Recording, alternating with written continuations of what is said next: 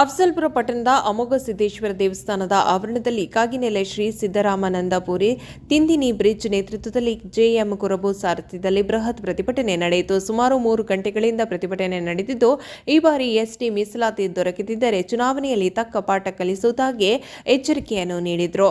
ಪ್ರತಿಭಟನೆ ಉದ್ದೇಶಿಸಿ ಮಾತನಾಡಿದ ಸಮಾಜ ಸೇವಕ ಜೆಎಂ ಕುರಬು, ಈಗಾಗಲೇ ಬೀದರ್ ಜಿಲ್ಲೆ ಸೇರಿದಂತೆ ಕರ್ನಾಟಕದ ಹಲವು ಜಿಲ್ಲೆಗಳಲ್ಲಿ ಕುರುಬ ಸಮಾಜವನ್ನು ಎಸ್ಟಿ ಪಂಗಡಕ್ಕೆ ಸೇರಿಸಿದ್ದಾಗಿದೆ.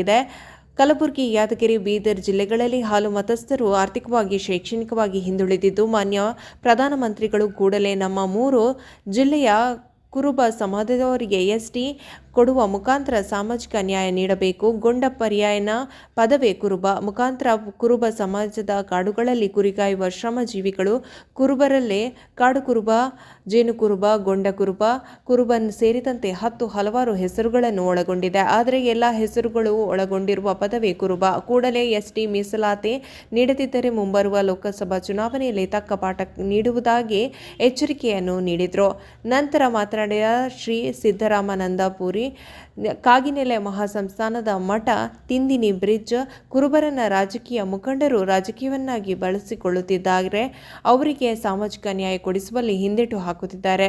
ಕಲಬುರಗಿ, ಯಾದಗಿರಿ, ಬೀದರ್ ಜಿಲ್ಲೆಯಲ್ಲಿ ಕುರುಬರನ್ನ ಎಸ್ಟಿ ಪಂಗಡಕ್ಕೆ ಸೇರಿಸಲು ಸರಣಿ ಪ್ರತಿಭಟನೆಗಳನ್ನು ಹಮ್ಮಿಕೊಂಡಿದ್ದೇವೆ. ಪ್ರಥಮವಾಗಿ ಅಫಜಲ್ಪುರ ತಾಲೂಕಿನಿಂದ ಆರಂಭವಾಗಿದ್ದು, ಇಲ್ಲಿಂದ ಪ್ರತಿಭಟನೆಯ ಕಹಳೆ ಆರಂಭಿಸುತ್ತೇವೆ ಎಂದರು.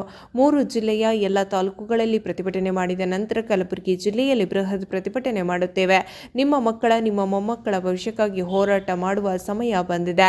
ಯಾವ ಹೆದರಿಕೆ ಬೆದರಿಕೆಗೆ ಹೆದರದೆ ಎಲ್ಲ ಸ್ವ ಇಚ್ಛೆಯಿಂದ ಪ್ರತಿಭಟನೆಯಲ್ಲಿ ಭಾಗಿಯಾಗಿ ನಿಮ್ಮ ಹಕ್ಕನ್ನು ನೀವು ಪಡೆದುಕೊಳ್ಳಿ ಎಂದರು.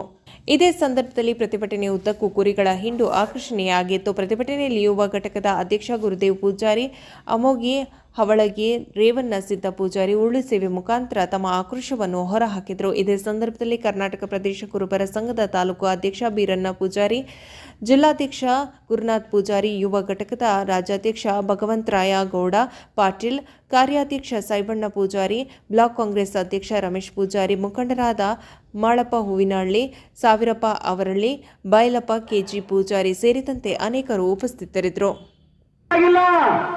ನಮಗೆ ಎಸ್ಟಿ ಮಾಡಿ ಇಡೀ ತಾಲೂಕಿನಾದ್ಯಂತ ನೀವೆಲ್ಲರೂ ಎತ್ತರ ಆಗಬೇಕು. ನೀವೆಲ್ಲರೂ ಇವತ್ತು ಎತ್ತರ ಆಗ್ತಕ್ಕಂಥ ಸಂದರ್ಭ ಬಂದಿದೆ. ಎಷ್ಟು ದಿನ ಕೂಡ್ತೀರಿ?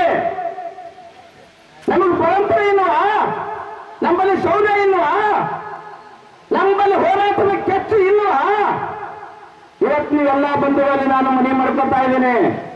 ಅಫಜಲ್ಪುರ ಮತ್ತು ತಾಲೂಕಿನಲ್ಲಿ ಬರ್ತಕ್ಕಂಥ ಎಲ್ಲ ಕುರುಬ ಸಮಾಜದ ಬಂಧುಗಳು, ಎಲ್ಲ ಗೊಂಡ ಕುರುಬ ಸಮಾಜದ ಬಂಧುಗಳು, ನೀವೆಲ್ಲರೂ ರೊಕ್ಕ ಕೊಟ್ಟು ಕೆಲಸ ಬರ್ತಕ್ಕಂಥದ್ದಲ್ಲ. ಇದು ಹೊರ ಗಾಡಿ ಕೊಟ್ಟು ಕೂಡಲೇ ಬರ್ತಕ್ಕಂಥದ್ದಲ್ಲ. ಇದು ನಮ್ ಸೆಲೆಕ್ಟ್ ಮಾಡಕ್ಕಿಲ್ಲ, ಒಬ್ಬರು ಸೆಲೆಕ್ಟ್. ಇದು ಬರೀ ಸ್ವಾಮೀಜಿಯವ್ರು ಸೆಲೆಕ್ಟ್ ಮಾಡ್ತಾ ಇಲ್ಲ, ಕೊರಗುವರು ಸೆಲೆಕ್ಟ್ ಮಾಡ್ತಾ ಇಲ್ಲ. ನಿಮ್ಮೆಲ್ಲರ ಸಲಕ, ನಿಮ್ಮ ನಾಯಿಗೆ ನಿಮ್ಮ ಮಕ್ಕಳ ಸಲಕ, ನಿಮ್ಮ ಮರಿಮನ್ ಮಕ್ಕಳ ಸಲಕ. 10 ವರ್ಷದಿಂದ ನಮ್ಮ ಕೇಂದ್ರ ಸರ್ಕಾರ ಕಣ್ಣು ಮುಚ್ಚಿಕೊಂಡು ಅದನ್ನ ಇವತ್ತಿನವರೆಗೆ ಮಂಜೂರಾತಿ ಮಾಡಿಲ್ಲ ಬಂಧುಗಳೇ. ಇದರ ಉದ್ದೇಶ ಏನು? ನಾವು ಕೇಂದ್ರ ಸರ್ಕಾರಕ್ಕೆ ಸರಿಯಾದ ರೀತಿಯಲ್ಲಿ ಪಾಠ ಕಲಿಸಬೇಕಾಗಿದೆ ಬಂಧುಗಳೇ. ಈ ಗೊಂಡವನ್ನು ಸಮಾನಾಂತರ ಪದ ಕುರುಬ ಯಾದಗಿರಿ ಮತ್ತು ಕಲಬುರಗಿ ಮತ್ತು ಬೀದರ್ ಜಿಲ್ಲೆಯವರಿಗೆ ಈಗಾಗಲೇ ಗೊಂಡದವರಿಗೆ ಏನು ಎಸ್ಟಿ ಕೊಡ್ತಾ ಇದ್ರಿ, ಅದು ಕುರುಬ ರಾಜಗೊಂಡ ಇದ್ರು ಕುರುಬ ಇದ್ರು ಸತ್ತ ನೀವು ಎಸ್ಟಿ ಕೊಡಬೇಕು. ಇದು ಕೇಂದ್ರ ಸರ್ಕಾರ, ಸನ್ಮಾನ್ಯ ಪ್ರಧಾನಮಂತ್ರಿ ಮೋದಿ ಅವರಾಗಲಿ, ಅಮಿತ್ ಶಾ ಅವರಾಗಲಿ, ಅವರ ಒಡನಾಡಿಗಳೆಲ್ಲ ಸೇರಿಕೊಂಡು ಇದು ಅವರ ಪಾರ್ಲಿಮೆಂಟ್ನಲ್ಲಿ ಮಂಜೂರಾತಿ ಮಾಡಿ ಗೆಜೆಟ್ ಮಾಡಬೇಕಂತಕೊಂಡು ಈ ವೇದಿಕೆ ಮುಖಾಂತರ ಕೇಂದ್ರ ಸರ್ಕಾರಕ್ಕೆ ಮತ್ತು ಕರ್ನಾಟಕ ರಾಜ್ಯದಲ್ಲಿದ್ದಂತಹ ಬಿಜೆಪಿ ಮುಂಚೂಣಿಯಲ್ಲಿದ್ದಂಥ ನಾಯಕರಿಗೆ ನಾನು ಒತ್ತಾಯ ಮಾಡ್ತೀನಿ ಬಂಧುಗಳೇ. ಬೀದರ್ ಜಿಲ್ಲೆಯ ಏನು ಈ 3 ಜಿಲ್ಲೆಯ ಪಶ್ಚಿಮ ಭಾಗದಿಂದ ಪ್ರಾರಂಭ ಆಗಿರ್ತಕ್ಕಂಥದ್ದು. ನಾಳೆಗೆ ಸೇಡಂನಲ್ಲಿ ಪ್ರತಿ ದಿವಸ 2-3 ತಾಲೂಕುಗಳು ಹೋರಾಟ ಆಗ್ತವೆ. ತಾಲೂಕ ಹೋರಾಟ ಆದ್ಮೇಲೆ ಜಿಲ್ಲೆಗೆ ಹೋರಾಟ ಆಗುತ್ತೆ. ಗುಲ್ಬರ್ಗದಲ್ಲಿ, ಯಾದಗಿರಿಯಲ್ಲಿ ಜಿಲ್ಲೆ ಮಟ್ಟದ ಹೋರಾಟ ಆಗುತ್ತೆ. ಅದಾದ್ಮೇಲೆ ಬೀದರ್ ಜಿಲ್ಲೆಯಲ್ಲಿ ಹೋರಾಟ ಆಗುತ್ತೆ. ಮೂರು ಜಿಲ್ಲೆ ಸೇರಿಸಿ ಮತ್ತೆ ಗುಲ್ಬರ್ಗದಲ್ಲಿ ಹೋರಾಟ ಆಗುತ್ತೆ. ಯಾರ್ಯಾರು ಮನೆ ಕುಂತು ಅವರು ಸ್ವಾಮಿಗಳು ಹೋರಾಟ ಮಾಡ್ತಾರೆ, ನಮಗೆ ಸಿಗುತ್ತೆ ಅಂತಂದ್ರೆ ಸಿಗೋದಿಲ್ಲ. ನೀವೆಲ್ಲರೂ ಆ ಹೋರಾಟದಲ್ಲಿ ಪಾಲ್ಗೊಳ್ಳಬೇಕು.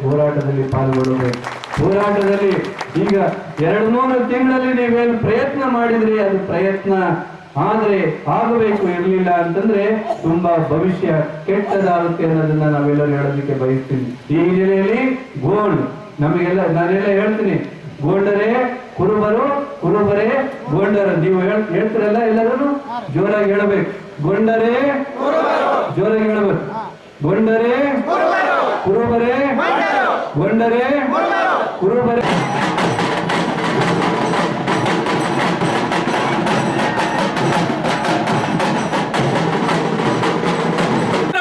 ರಿಕ್ವೆಸ್ಟ್ ಮಾಡಿ ಕಾಂಪ್ರಮೈಸ್ ಮಾಡಿಕೊಂಡು ಅವ್ರಿಗೆ ಸಮಾಧಾನ ಮಾಡಿ ಕಳಿಸ್ತೀವಿ.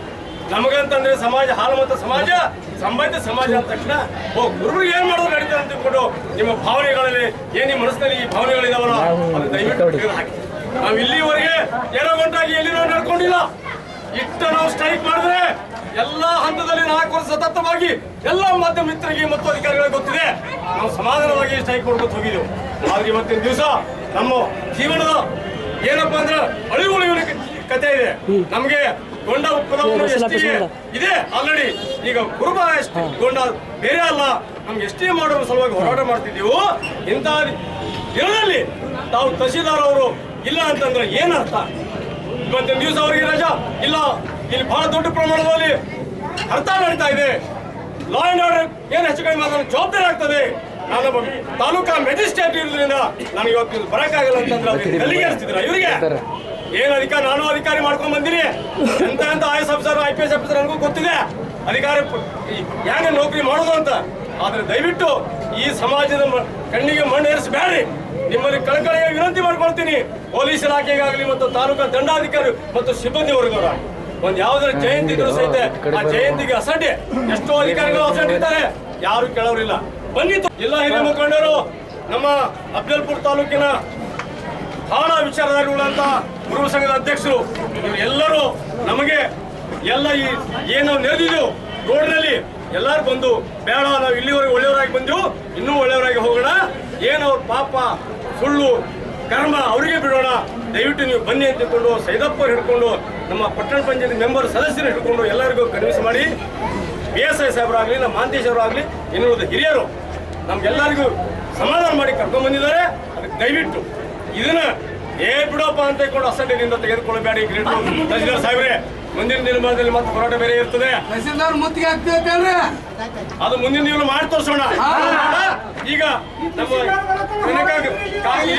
ಪೂರ್ವ ಸಂಘದ ಅಧ್ಯಕ್ಷರಾದಂತ ವೀರಣ್ಣ ಪೂಜಾರವರು ಅವರು ಇದನ್ನ ಏನಪ್ಪ ಪ್ರಧಾನಮಂತ್ರಿಗಳಿಗೆ ಮತ್ತು ಅಮಿತ್ ಶಾ ಅವರಿಗೆ ಮತ್ತು ಗೌರವ್ ಅವರಿಗೆ ಏನು ಕಳಿಸ್ಬೇಕಾಗಿದೆ ತಹಸೀಲ್ದಾರ್ ಮುಖಾಂತರ ಅವ್ರು ಕೊಡ್ತಾರೆ. ಸೊ ಅದನ್ನ ಆದ ನಂತರ ಅವರು 3 ಪ್ರತಿಯನ್ನು ಸಿಗ್ನೇಚರ್ ಮಾಡಿ ತೆಗೆದುಕೊಳ್ಬೇಕು. ಈ ಪತ್ರನ ಪ್ರಧಾನಮಂತ್ರಿಗೆ ಮುಟ್ಟಿದ್ದು, ಅಮಿತ್ ಶಾ ಮುಟ್ಟಿದ್ದು, ಗೌರವ್ ಮುಟ್ಟಿದ್ದು ನಮಗೆ ಅಕ್ನಾಲೆಜ್ಮೆಂಟ್ ಬೇಕು. ನೀವು ಅಕ್ನಾಲೆಜ್ಮೆಂಟ್ ಕೊಡ್ತೀನಿ ಅಂತಂದ್ರೆ ಅದು ಕೊಡ್ತೇವೆ, ಇಲ್ಲ ಕಸದ ಬುಟ್ಟಿ ಹಾಕ್ತೀರ ಅಂದ್ರೆ ನಾವು ಕೊಡೋಣ. ದಯವಿಟ್ಟು ನಾವು ಹೇಳ್ಬೇಕು. ಇಲ್ಲ ಸರ್ ಅವ್ರು ಮಾತಾಡ್ರಿ ಮನೆ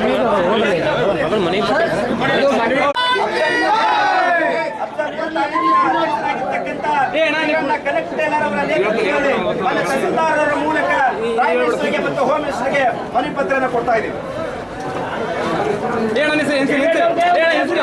ಫೋಟೋ ತೆಗೀರಿ, ಫೋಟೋ